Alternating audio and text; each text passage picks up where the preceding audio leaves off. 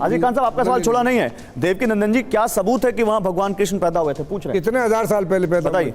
नहीं, पहले तो आप ये बताओ, आप इस बात को मानते हो कि नहीं कि भगवान श्री कृष्ण पैदा हुए? बिल्कुल, जब दुनिया में आए तो पैदा हुए। नहीं हुए कि नहीं? हाँ बिल्कुल पैदा हुए। आपसे पूछा ही नहीं, आप क्यों बोलते हो बीच में भाई? अभी मैं हाथ जोड़ रहा हूं, जब तक सामने थोड़े पैदा हुए उनसे वो तो मान रहे हैं, वो तो मान रहे हैं। एक मिनट। देखिए, प्रॉब्लम यह है कि जब आप बोलते हैं तो मैं नहीं बोल रहा हूं, और जब वो मुझसे पूछ रहे हैं तो मुझे जवाब देना ही पड़ेगा। हाँ प्लीज। अब प्रश्न भी मुझसे ही संबंधित है कि भगवान श्री कृष्ण आए कि नहीं आए। आए तो कितने साल पहले आए? क्या सवाल, आए थे, लेकिन कितने हजार साल पहले आए वो? जब सब मैं अभी बताऊंगा। अरे मैं ही बताऊंगा, मुझसे ही संबंधित है क्वेश्चन। जी बिल्कुल। आप ये बात मानते हैं कि नहीं कि भगवान श्री कृष्ण प्रकट हुए? मानते? आप अपनी बात कहिए। अरे मुझे आप बताओ, सही प्रकट हुए कि नहीं? आप कह रहे हैं पैदा हुए प्रकट हुए, दो चीजें हो गई ना। पैदा होना, प्रकट होना, दोनों अलग अलग। मैं बताता हूं, भगवान कभी पैदा नहीं होते, भगवान हमेशा प्रकट होते हैं। भगवान श्री कृष्ण कंस की कारागार में अष्टभुजा रूप में वहां पर प्रकट हुए, देवकी वसुदेव के सामने प्रकट हुए हैं, और 5,500 वर्ष पहले प्रकट हुए, द्वापर युग के अंत में प्रकट हुए। अभी कलयुग चल रहा है, कलयुग का प्रथम चरण चल रहा है, और प्रथम चरण से पूर्व में जब द्वापर युग एंड होने वाला था, तब भगवान श्री कृष्ण 5,500 वर्ष पहले प्रकट हुए, देवकी के सामने, वसुदेव के सामने चतुर्भुजी रूप में प्रकट हुए। और जहां आज आपकी ईदगाह है, वही कंस का वो कारागार था जहां देवकी और वसुदेव को रखा गया था। ये सिर्फ आपकी काल्पनिक और आस्था की बात है। मेरी बात सुनिए, मैं आपको प्रमाण दे रहा हूं। इनकी आस्था है, इनकी आस्था है। मैं आस्था के आस्था है, आपकी आस्था है, लेकिन पेपर के एतबार से हिस्टोरिकल 2,500 साल पहले काफी पेपर तैयार हुआ, तो 5,500 साल की खबर आप पर कैसे आई? मेरी बात सुनो, देखो बीच में इनको बीच में मत छोड़ो, नहीं तो मेरी बात रह जाएगी। आपने कभी भागवत का अध्ययन किया है? भागवत पढ़ी आपने कभी? नहीं पढ़ी।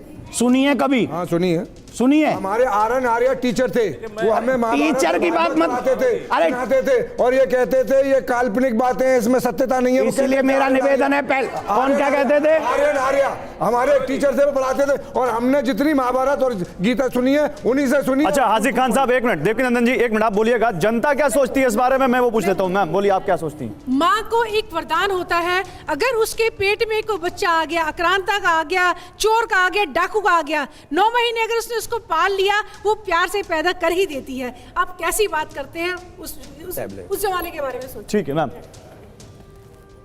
वो तो कह रहे हैं मस्जिद अक्सा पर तो आपकी श्रद्धा है, मस्जिद अक्सा को तो आप मानते हैं, आप तो यहाँ नहीं रहते हैं और हमारे धन के बारे में प्रश्न उठाते हैं। हम नहीं मानते मस्जिद अक्सा को, हम नहीं। आप इनको या आपको खा जाएंगे। मस्जिद हम तो अक्सा कानून को मानते हैं, झगड़ा चल रहा है।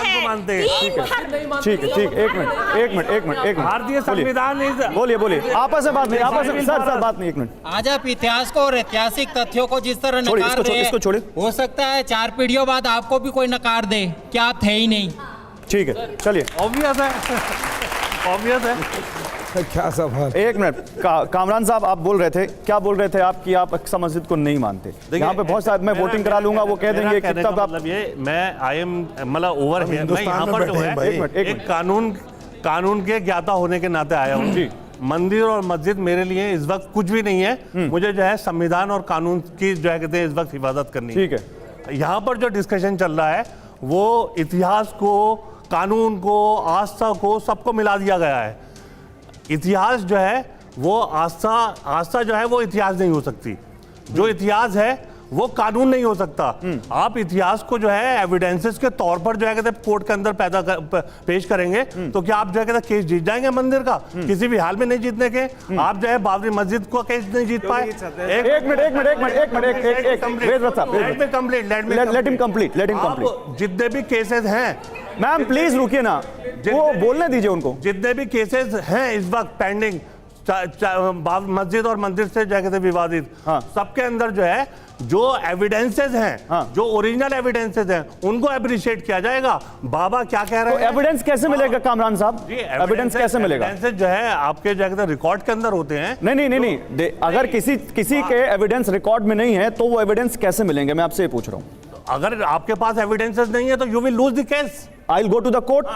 हाँ आप कोर्ट में एक मिनट सर रुकिए। क्रिएट नहीं किए जा सकते, एविडेंस क्रिएट नहीं की जा सकते, एविडेंस ढूंढे जा सकते हैं, एविडेंस ढूंढे जा सकते हैं, क्रिएट नहीं किया, ढूंढे जा सकते हैं। एक मिनट हाँ, यहाँ पर मान लीजिए 2 एविडेंसेस हैं, पूरा क्या कहते हैं आप, क्या कहते हैं जो सर मैं लंबी बहस करूंगा तो बहुत हो जाएगा। आप सुप्रीम कोर्ट के लॉयर हैं, आप ज्यादा बहस अच्छे से करते हो। मैं आपसे एक सवाल पूछ रहा हूं, मेरे सवाल पे रहिए। एविडेंस क्रिएट नहीं की जा सकते, लेकिन क्या एविडेंस ढूंढे जा सकते हैं? जो एविडेंसेस ऑलरेडी अवेलेबल हैं और ढूंढे हुए एविडेंसेस में फर्क है। ढूंढे हुए एविडेंस सर मैं उस पर नहीं जा रहा कि फर्क है नहीं, एविडेंस सर एविडेंस डाउटफुल हो सकते हैं जिनकी आप बात कर सर, ये डाउट कौन क्लियर करेगा? एएसआई का एक मिनट आर्कियोलॉजिकल सर्वे का जो वो होता है, हाँ। इंस्पेक्शन होता है, हाँ। वो इतने स्ट्रॉन्ग क्या कहते हैं एविडेंसेस नहीं होते जितने जो है ऑलरेडी एविडेंस। अरे मैं ये पूछ रहा हूं, एविडेंस अगर ढूंढे जा सकते हैं तो एविडेंस कैसे ढूंढे जाएंगे? सर्वे करके ढूंढे जाएंगे, जांच करके ढूंढे जाएंगे। आप तमाम मुस्लिम पक्ष और ज्ञानवापी में जो सर्वे हो रहा है उसके खिलाफ है। पक्ष से मत जोड़िए नहीं तो आप नहीं जोड़ रहे,